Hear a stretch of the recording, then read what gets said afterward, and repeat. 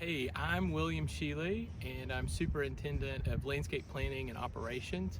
I'm looking forward to taking a hike with Susan and Mary today down into Shakerag Hollow, where I really hope we're going to find some of our early bloodroot blooming. Hi, I'm Mary Priestley, class of 72.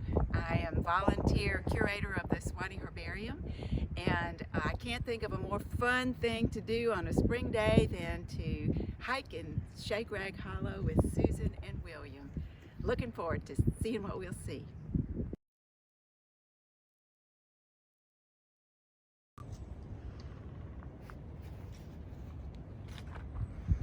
One thing that's really fun about this hike, starting from the top of the plateau at Greens View, is the fact that it looks like it's still winter up here. And we'll see the difference between up here and down in Shakerag Hollow. Let's go. All right.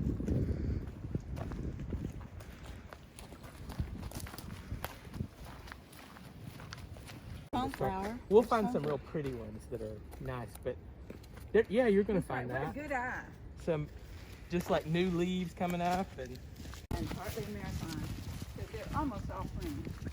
So if they don't, get exactly the right setup.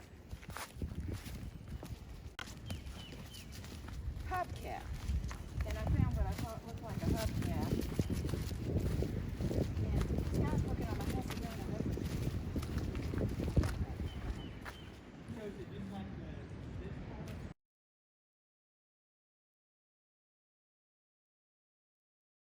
All right, here we are down at the bottom of the steps, and we've already got a green carpet that we're looking at here. This is purple Phacelia, and you can barely smell, I think, the kind of musky odor or fragrance that these flowers will have when they really come out, which is going to be very soon. This shrub right here, blooming like crazy, is spice bush. This is part of the flora. And one of our very earliest wildflowers to bloom is this little star chickweed, which is a relative of the little weedy chickweed that we have in our yards. But this is a spring plant that we looked at. This is early saxifrage, hadn't bloomed yet. This is a little bit of Solomon seal getting ready to bloom. And up here on the rocks, we'll have Jack in the Pulpit here pretty soon. Okay. Windflower. We got windflower here, rue anemone. This is an early bloomer, and you can see the first big flower is just about gone, and then it's got two aces in the pocket. These early bloomers sometimes come out before the pollinators, and so the very first flower of rue anemone may not get pollinated, but it's in hopes that the second ones will find pollinators. okay, so we're already finding what I'm excited about. Oh my goodness. So bloodroot. Looks like it's down here. What are you seeing, William? So bloodroot, it's the large white flower that you can see back in there, and it's on the hillside in various places. I think we'll find some big patches down here where we can see that close. And then right here, look at this. Sweet Betsy's. Little Sweet Betsy. That's our first trillium to come out. And then you can see over here the leaf of the bloodroot. The bloodroot really does have a very bloody underground stem, which you resist digging up, because once you've done that, you've killed the plant. This is not a spring ephemeral. We use the term spring ephemeral pretty loosely to mean spring wildflowers, I think. But this flower, which will bloom for a day or so and then fade, will remain for a long time to make its fruit and seeds, and the leaf will get bigger and bigger all summer long. I will tell you, just like, oh wow, big. It's so big. It's so big, and it's in there with toothwort. I see toothwort in there. Yeah, little Sweet Betsy's.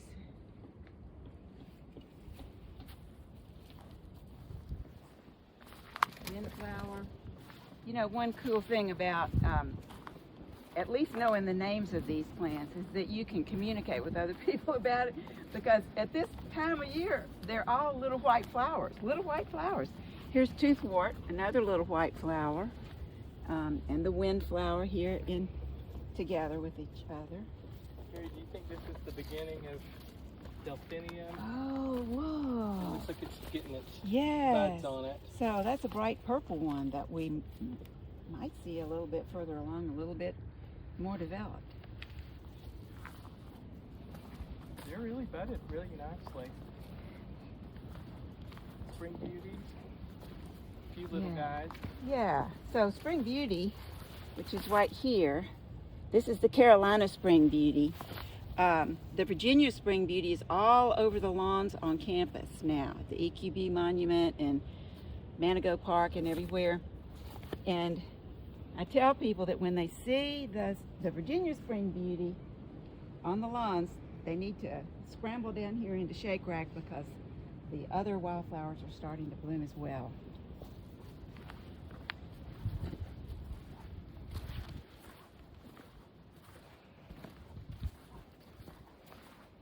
Mary, you'll have to help me. There's some of the cohosh coming up here too, I think. Oh boy. But I don't know which it is, whether it's blue or black. We only have one. Okay, So Perfect. you know. very good. So now we're finally on the perimeter trail. This is a little spur that we came down from Greens View. Now starting on the perimeter trail. Oh look, here, now this I think is always interesting to see. See this? That's a 2-year-old little Sweet Betsy. It takes these plants up to 7 years to mature enough to be blooming. The second years, they look like this. And then right over here, Susan, here's one that's a little older, but it's still not quite mature enough to bloom. 7 years. 7 years. Here's another one, another young one. Well, that shows you too just how fragile they are. If they Yeah. get disturbed. Yeah. Or, yeah, right. So if you, pick one, for instance, and you pick those blacks, like if you were to pick this right here, then it would have no way, although it's a perennial, it would have no way to photosynthesize and build up its energy in the underground rhizome for next year. So we just don't pick them. We just admire them where they are. Maybe this is what I thought might be cohosh. That's cohosh, yeah. This is the blue cohosh.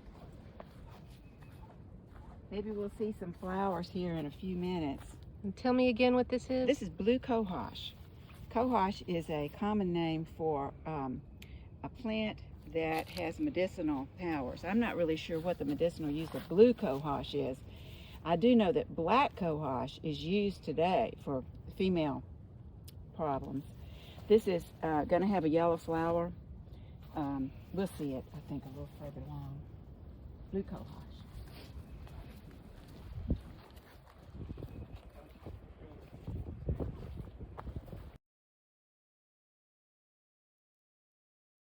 Your relatives, you know, it was just really, it's really neat. Well, and you've gotten some cool stories from the guys too about like their granny and what she would harvest and you know, like kind of that sort of thing. They got really into this because Mary was able to talk to them about all the like home sites that were in here. And we even walked over to some of them. Yeah, I think that it just sort of grounds them in this place. It makes them feel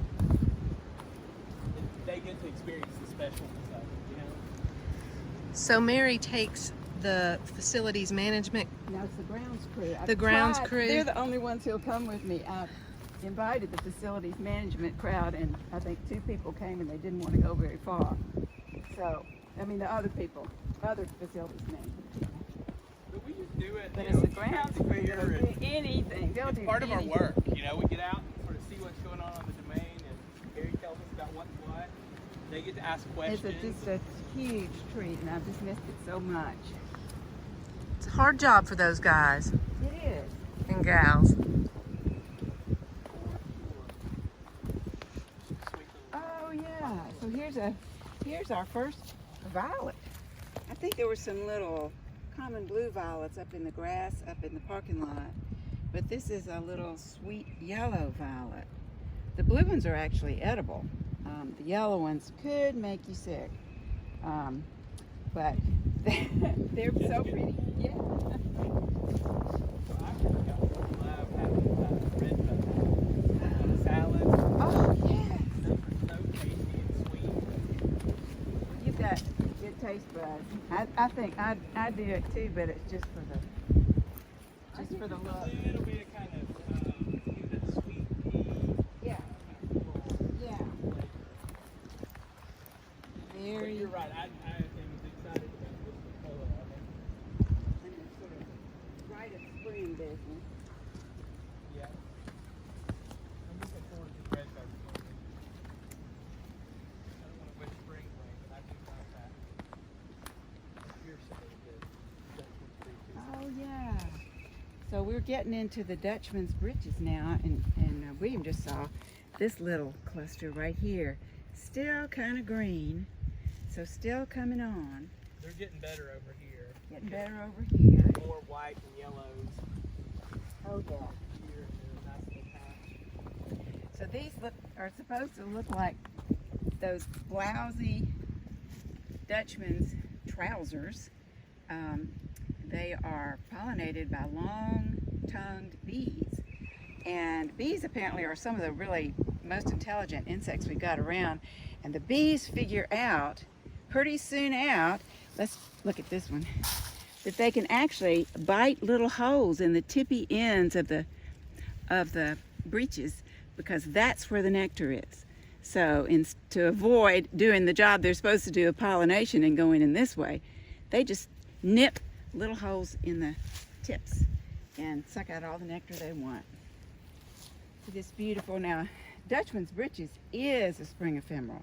This is one that you can miss easily. People will say, oh, are the Dutchman's britches blooming? Because this will pop up, bloom, go to seed, and then the whole thing will disappear within certainly a month, or maybe even shorter than that. There's a narcotic in this plant that if livestock starts nibbling on the Dutchman's britches, it can have a neurological problem called the blue staggers. So we'll keep the cows out of Shakerag. Now, are those related to, what are they called? I can't think of anything they're related to. Well, squirrel corn's related, right? Oh, squirrel corn. Yeah, you're right. That's kind of similar, but then also, I was thinking maybe they were kind of related to bleeding heart. Definitely. Sorry, you're right. And that one is used for like cardiac issues, Oh, right? okay. I So feel like that's the flip side. The flip side of poisonous is medicinal. Exactly. So it's all in the amount.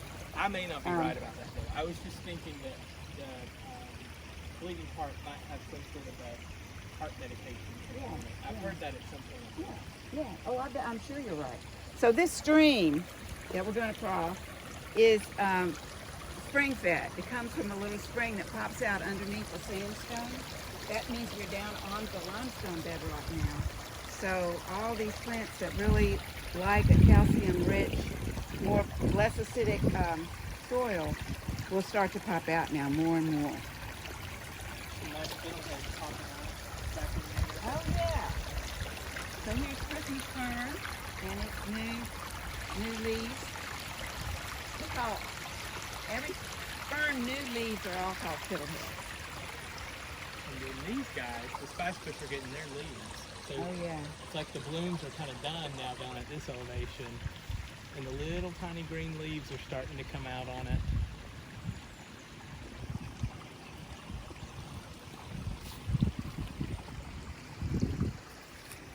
No, wait, I think it sounds like calling. This is incredible. Bringing the season viewer into the beautiful lettering thing. Maybe we'll see look. something later, you think? Okay, trout lily. And here's one that's in bud. This is a clonal plant. Here's another bud. William, you'll have to keep your I bet we eye can out find them. because this is another spring ephemeral. Pops up, blooms, goes to seed, and disappears. A lot of these things have that mottled, kind of purplish speckled leaf at Yes. this time of the year. Yes, so many of them. I mean, so many of them. And some of them are so, well, the water leaf, family, got that purple Cecilia in it. Get this. Katie's going to be really jealous of this trip. I don't even know if she knew I was doing this today. She'll be like, you jerk. Yes. So there it is. That's what I came for, Susan. The blood root. Success. So excited. Yeah, let's find those yellow trout lily blooms. I think we can. They're everywhere right now. So here's a great big, this is a great big northern red oak. And one of the cool things about this area is these tiny, fragile looking wildflowers. And then cheek by jowl up against these ginormous trees and great big boulders. All kinds of things here. Dutchman's britches and blue cohosh. Down here is phlox, it's not blooming yet. There's a little violet. There's the purple phacelia. All kinds of things, just climbing up the trunk of this great big tree. Oh, here's some blooms, Mary.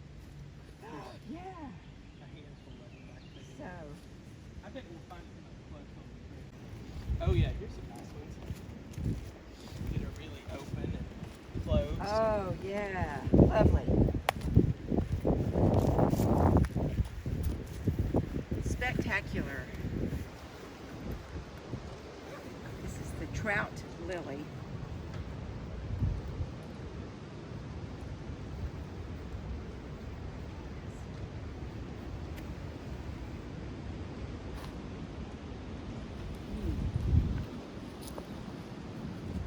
There's two. So, So I have a great story about Cindy Potter that I always tell right here. About Should I Cindy tell it? Potter? Should I tell it? Yes. You should tell it. One time, we had a John Muir imitator here in town, and he was going to do a performance in the evening. So the afternoon, a couple of us brought him down here to Shakerag Hollow just for entertainment. And as we crossed that creek up there, there were a couple of kids playing in the creek on a school day. Down farther, more children on the rocks reading and talking and just relaxing.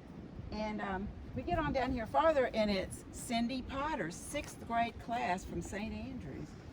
Cindy had said, get your lunch, get your journal, get your book, we're going to the woods for the day. And one thing that Cindy always did was to have a person of the week. And because we had the John Muir imitator coming, John Muir was the person of the week. So can you imagine your teacher providing you with a beautiful day in the woods, and then here comes John Muir as well. So It's a great it story. was great. So Cindy asked him if he would move into his persona briefly for the children, and he said sure. So the children all sat on these boulders here, and John Muir stood at the base of this big boulder and put on his Scottish brogue and enchanted the children about his 1,000-mile walk to the sea, straight through Tennessee. It was wonderful.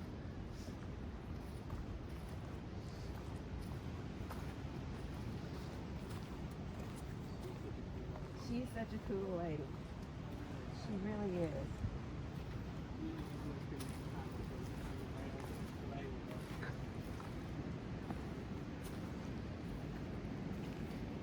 Yeah, here it is. Here's the fruit. Here's the leaf. Here's some smaller leaves of plants that probably did not bloom.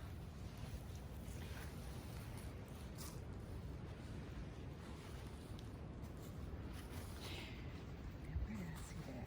There was a little baby buckeye over here. Past it now. One, Here it is. So see, this is a little baby Buckeye tree that has sprouted and it's got its leaves coming out. And another one of these strategies, like William was talking about, is that the young trees put their leaves out before their parents do. So here is a great big Buckeye, and it has no indication that it's going to pop out leaves anytime soon, but it's offspring. And here's another one, Susan, another little one that's in leaf. Here's another little one in leaf. So the little ones are in leaf, just like the little wildflowers, trying to catch that sun before the canopy closes in. And so now it's like, oh, I can't see anything. Oh, I have blind. I can't see anything. Is this that giant Buckeye? This, well, it is a giant Buckeye. It could be the giant Buckeye. So how do you know? Is it the bark, or how do you Yes, identify? It's the bark, I think. Don't you think it looks like it's got pieces that you could pull off like potato chips, kind of, almost? Yes. And when you get way on up there, you can see that the leaves, compound leaves, and they're opposite arranged. Two pairs of leaves at each node. They call it palmately compound. But this is a real characteristic. Right? Because it kind of looks like a hand with splayed fingers. Yes, like a palm of a hand. And then see that one right over there, Susan, that real tall, straight one. That's a yellow poplar. See how straight that is? Those yellow poplars are not very shade tolerant, so they have to zoom really high quickly to get up into the canopy to get the light. Otherwise, they get shaded out. So there aren't a lot of little yellow poplars.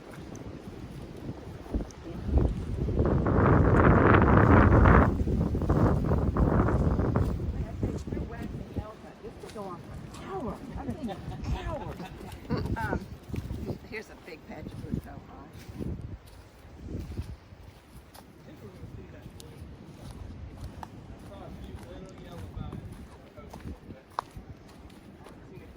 Well, I have spotted it. There you go. There it is. Pretty far over there. That's the blue cohosh, the little yellow bloom of the blue cohosh. It's in the barberry family. You're familiar with Oregon grape? Those are kin. Oh, look at the size of this population. Huge. Do you think the blue comes from the tone of the stem? It could, but also the seed is blue. Oh, okay. It's kind of, we've got three, well, here's another thing. We've got three different toothworts in our, down here. Two of them look exactly the same above ground, and one is a little different. And this is the one that's a little different. This is the cutleaf toothwort. It has a whorl of three very deeply cut leaves. The other two have a pair of leaves and then a great big basal leaf.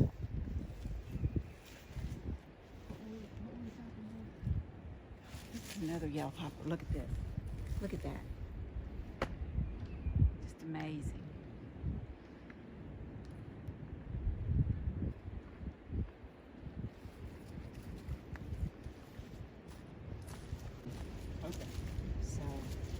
So timing-wise, are we early or? Well, it depends. Yes, we're early in the season, but you know, we're just nailing those Dutchman's britches and the bloodroot.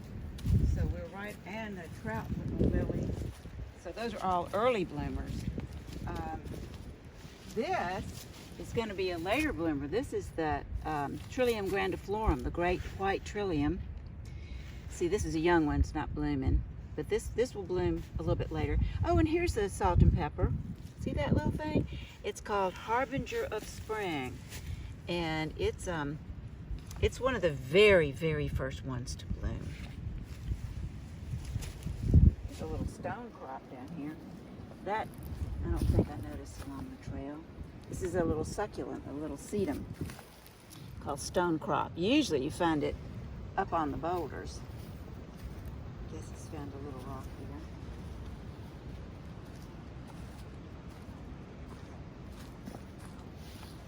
these two plants, Susan, are in the same family. This is the water leaf family, and this plant is called water leaf. Looks like there's water stain on the leaves. And then this one, the purple Phacelia, is also in that family, and it's got that same look to some extent.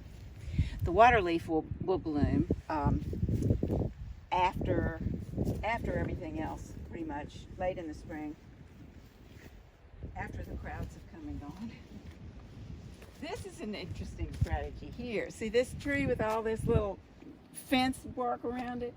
This is a basswood, and this is a great strategy for a plant that has found a spot in an undisturbed forest.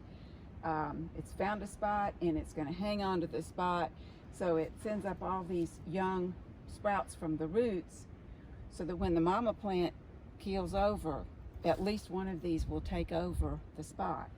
This is not such a great strategy for a disturbed area, but for a place like Shakerag, it's perfect.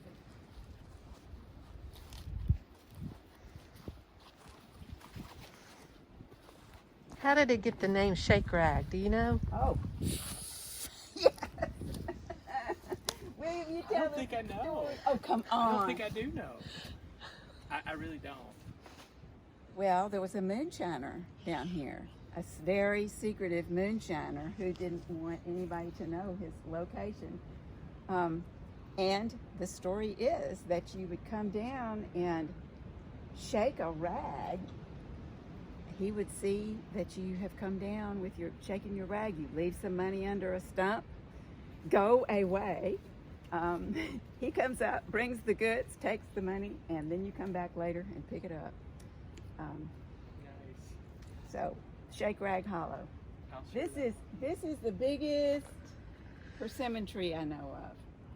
Ginormous.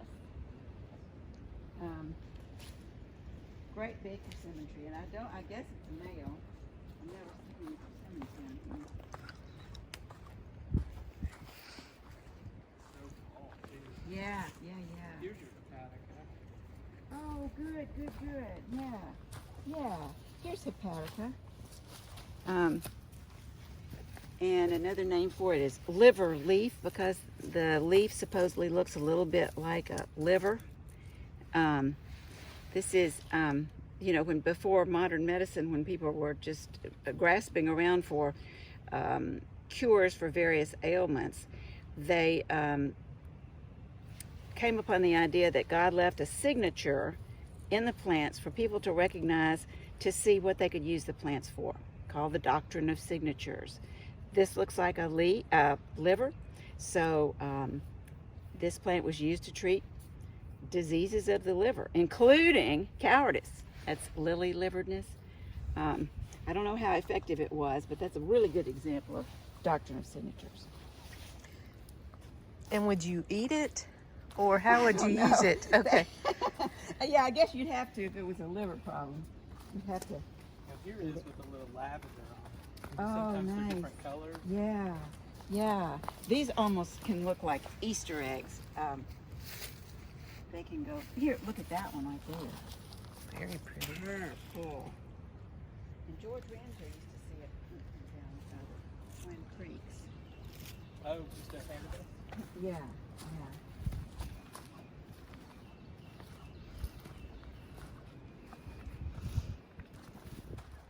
Look at the colors. Those purple are real. Look at this one right fantastic. here. That's the purplest of all. And see, it's right next to these white ones. So that's what I think. That It's makes genetic. sense that it's just their genes. It's gorgeous. Amazing. And we found more golf balls, because I think the golf balls get picked up along the trail. But when you go down in there, there are tons of them. Where's the golf hole? I mean, the course. Well, Up there? Yeah. Hole number 5, maybe? Gosh. They've got 2 holes that have got that big view, and I think people just can't help but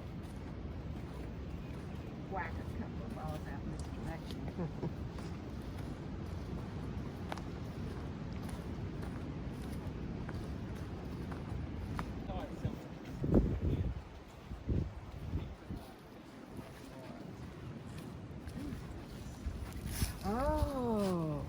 That's ramp. Is it? Yeah, yeah. Ramps. Cool. It's So- a nice little patch Yeah, here. yeah. And there's the old spent bloom, I guess. Oh, good eye. Yes. So this is gone. This is, you know how allium, how onions have that type of inflorescence. This is the flower. Was the flower of the ramp, which is an onion. This does kind of like those orchids that we were talking about. The leaves come up, and then they die back down, and then it flowers. So it's temporarily it photosynthesizes and reproduces at different times. So folks where I grew up loved those in the spring, and they would make them with fried potatoes and cornbread, and then there would just sort of be all of this banter about how oniony your breath was. 'Cause Right, they're right. really strong. Right. There were ramp festivals where I grew up to celebrate the ramp. But what's funny is, as I've gotten older, they really got very like famous with like New York chefs and things. Oh, And I so bet. I bet. it really hit the New York food scene, and everything had ramps in it for a long time. So they were getting them all out of the Appalachian area for their culinary purposes. Yeah. Yeah, that's one thing about the mountain people who use and eat these things. They know about how to leave enough so that they can enjoy That's right. enjoy them the next year. Yep. So it's a safe group with whom to share information like that. Right. I think that's another little population right up there. Yeah, they say ramps is the worst on your breath of any onion. The Garlic, men you always loved it, and then there'd be these stories of the women making them sleep outside. You know, Yeah. that kind of banter about it. Where'd you grow up, William? I grew up in Irwin, Tennessee, so kind of right between Johnson City, Tennessee, and Asheville, North Carolina. Yeah, it was. This tree right here, which was an oak, used to be the biggest tree on the perimeter trail before it fell. And then what was interesting to me was that when it fell, it opened up this huge amount of canopy, and all these little weedy, plants started growing up here, and it looked like kind of like a roadside. And then it's a tribute to the resilience of this forest, that once the tree canopy closed back up again, the weeds couldn't make it, and this is just back to being just part of Shakerag, as it has been as long as I've known it. That's cool. Could you get your little girls down here? Are you kidding me? They'd be all about that. They would be all about that. But you do get a sense that this area is younger. Like just the plants are smaller, and all of these small trees that are The sort of small trees. competing Yeah. to find out who's going to be the next big Yeah. canopy tree. Right, and see, look at this tall, straight yellow poplar. Just like, I've got to get up there. If I'm going to get up there at all, I've got to do it now.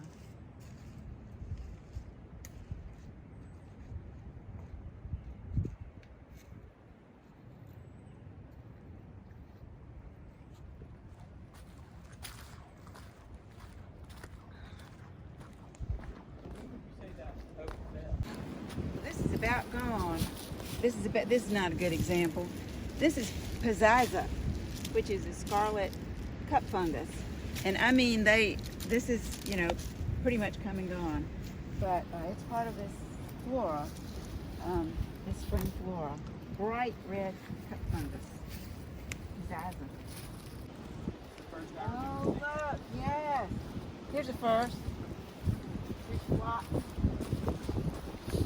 When it's bright down here, they're just fields, Oh, so pretty. which is also beautiful with that purple delphinium, that dark purple. The lavender and the dark purple together. So This has got one of its adaptations is this hairy, sticky stem that most of these plants, including the phlox, really don't want to have ants crawling all over them and stealing the pollen and the nectar, which the ants would love to do, because they're really inefficient as far as pollination. They want flying insects to fly from one plant to another and spread the pollen out. But then a lot of them although they like the flying insects for pollination, they really use the ants for distribution of the seeds.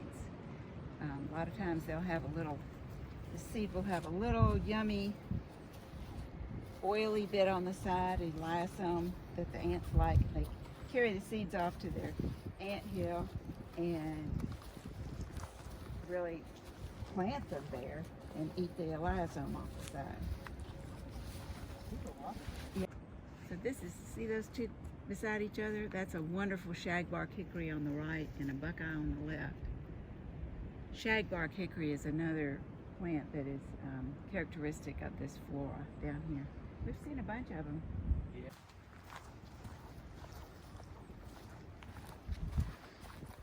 And here's a different violet. This is long-spurred violet. See the long spur on the back of the flower? That's where the nectar is, way back there. This is characteristic of this flora. Long-spurred violet.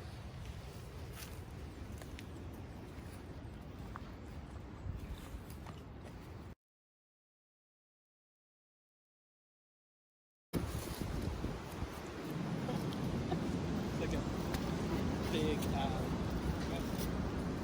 Yeah, bracket fungus.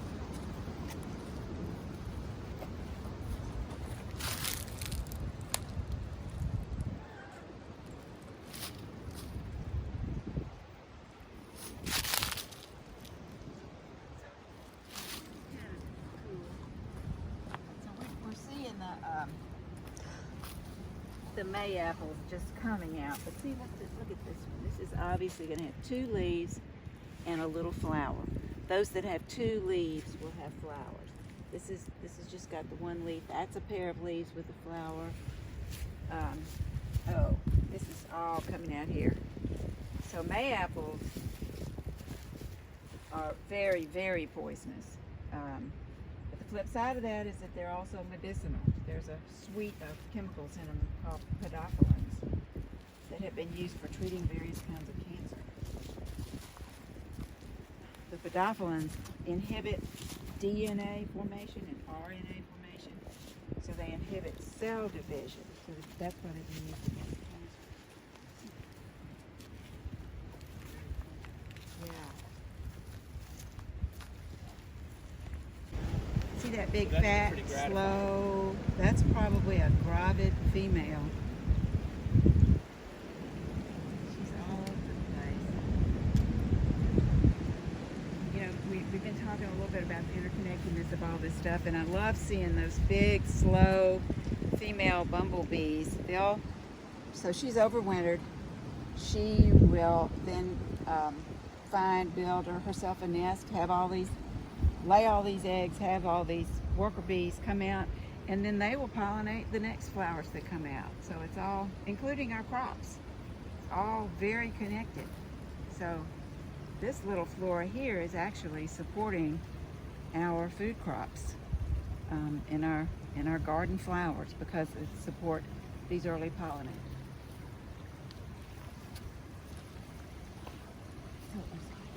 Probably see today. Oh, that's no fungi. See that great big tree that right there?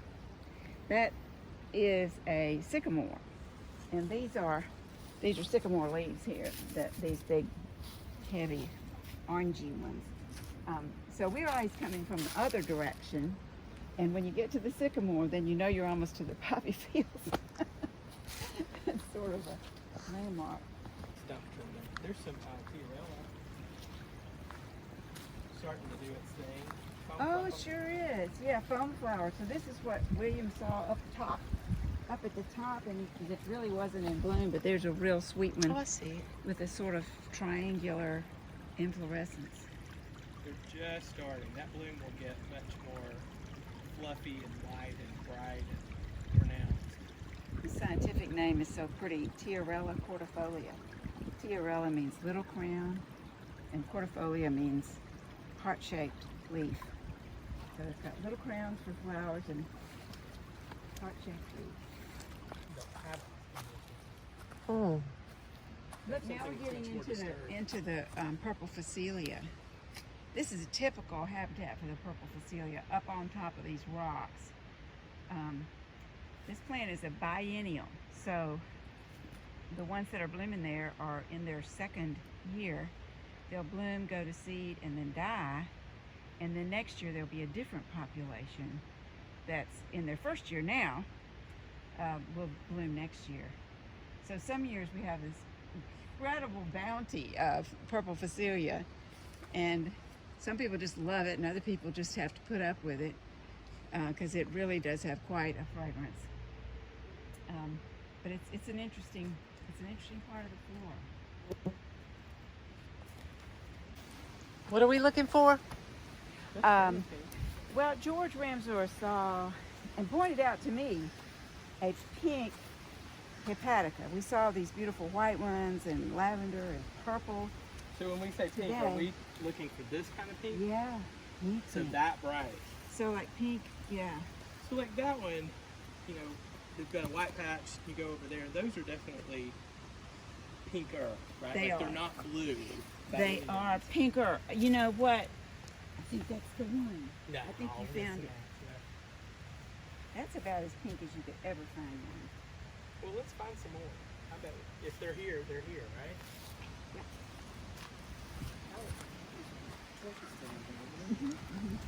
Got 95.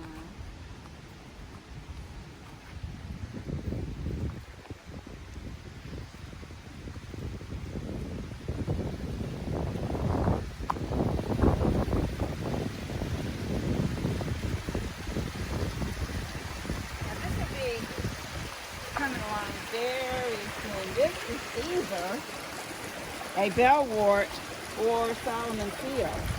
Yes, and Solomon seal, right through here, a whole population of them.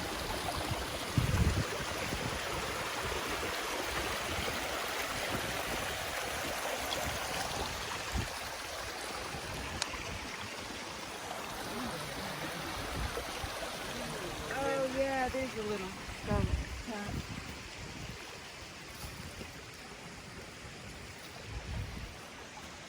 Oh look, yeah. See how lively they look? I mean, they just look so live. All those long petals where they can flop in different directions are just so gorgeous. This is one, the bloodroot is one that can self-pollinate. So they've got, you know, a lot of these early bloomers have got strategies for reproduction, like being clonal or self-pollinating. Look at that little bumblebee going after that. And the thing about these bees, they're so smart. They stick with the same species, so it will, once it's figured out where the nectar in these spring beauties is, it will stick with spring beauty. And apparently honeybees do that same thing too. Oh, really? A beekeeper told me that if you look at the comb, it'll have patches of different colors of honey in it. That, you know, that patch was collected in that period, that patch was collected in that period. So, Susan, this is that other, the other look of the toothwort. We saw one with a whorl of 3 little leaves. This is the other look, a pair of leaves, and then way down at the base, a great big leaf. So we've got 2 species that have this look, and 1 species that has the other look with the whorl of 3 leaves. And unfortunately, you can't tell the difference between these without looking at the underground structure. So you just know they're both here. What is this again? Oh, that's Galium. Cleavers, bedstraw. That's one of the few annuals we have down here. And I think it's perfectly fine to pull it up because it's so much fun that it sticks to you. It's a Velcro plant. And the children just love it. It'll stick to you. You throw it at each other, you know, and it'll stay. It's kin to coffee. So you can make a caffeine-free coffee drink out of it. What is this leaf? That is lion's paw. Okay. Lion's paw. It's in the aster family. Okay. And the variation is huge, but it's all the same species. That little thing and this thing. So will it have a bloom later? And probably it won't bloom down here in this dark Okay. forest, but it's beautiful. It'll send up a stalk like that, and then it has sort of a drooping, cascading inflorescence. It's real pretty.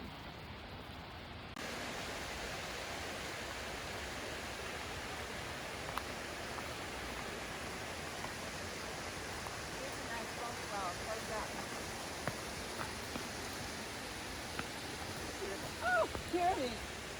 Well, they're still in bud, but this is the great white trillium here. Still in bud, which is good. So we've still got some time to enjoy it.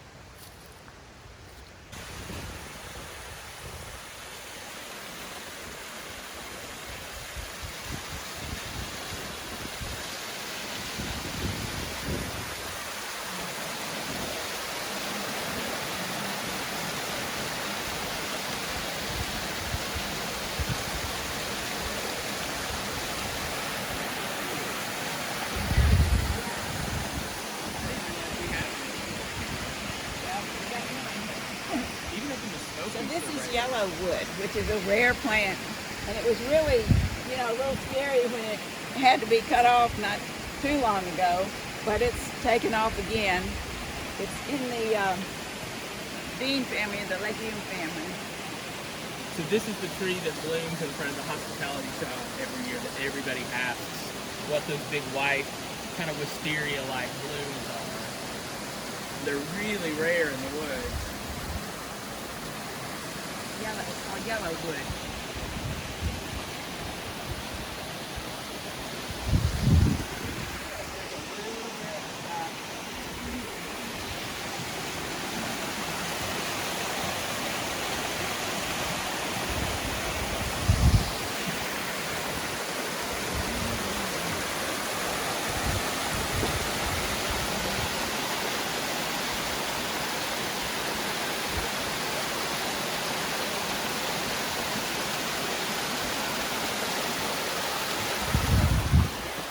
This is called seersucker sedge. Here it is in bloom. Not very showy, but this is another characteristic plant of this really rich flora. You can see them all up this little hillside here. What are we looking at? It's a walking fern, which has a long, skinny, non-fern-like leaf that roots at the tip. See if you can see one of those long, skinny leaves if it's rooting. It's starting to root there. It's kind of a calcifier. That is like a calcium. That may be starting to root there on the tip. It's quote unquote walks because it roots at the tips and kind of Maybe can move very slowly. Yeah. There's some down in here, where it's come all the way from here Oh yeah, down, down. and it's kind of hidden underneath here. The leaves of the Hepatica stay on all winter long, and then when it starts to bloom, the leaves from last year die, and then here come this year's leaves, and here they come. So these are the new leaves of this Hepatica. Still got a little flower on it. And these will continue to photosynthesize all summer long and then all winter long on sunny days until next year.